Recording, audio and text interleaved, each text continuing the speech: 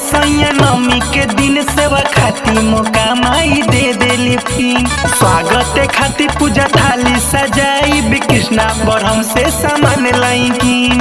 आवता ए सैया नमी के दिन सेवा खाती मौका माई दे देली फिन।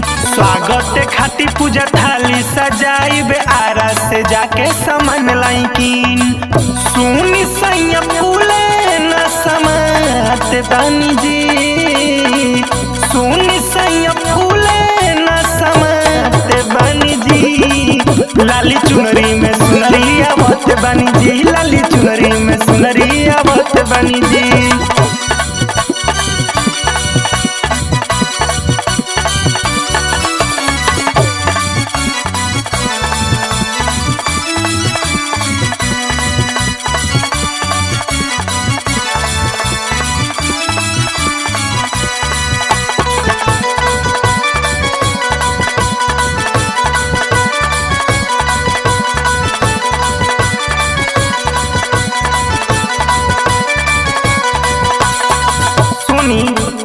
नौ दिन घर ही में धरे के कलशा करब पूजा पाठ।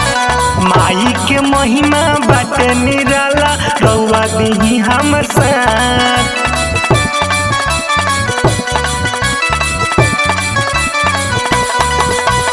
नौ दिन घर ही धरे के कलशा करब पूजा पाठ।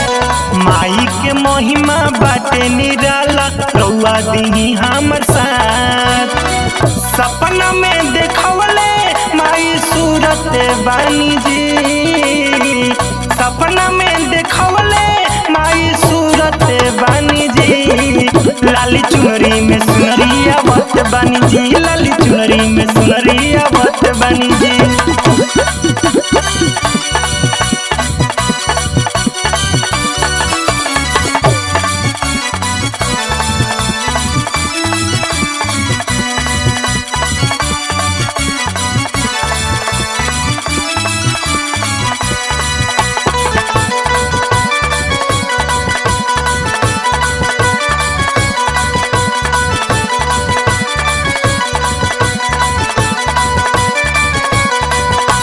ध्यान से सुनी सैया मनीष गाय के गोबर गोलू से कहीं मंगवा दी।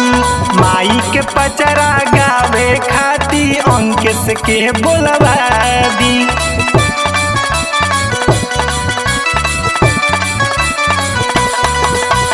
सैया अखिल गाय के गोबर मुन्ना से कहीं मंगवा दी। माई के पचरा गावे खाती अंकेश के बोलवा दी।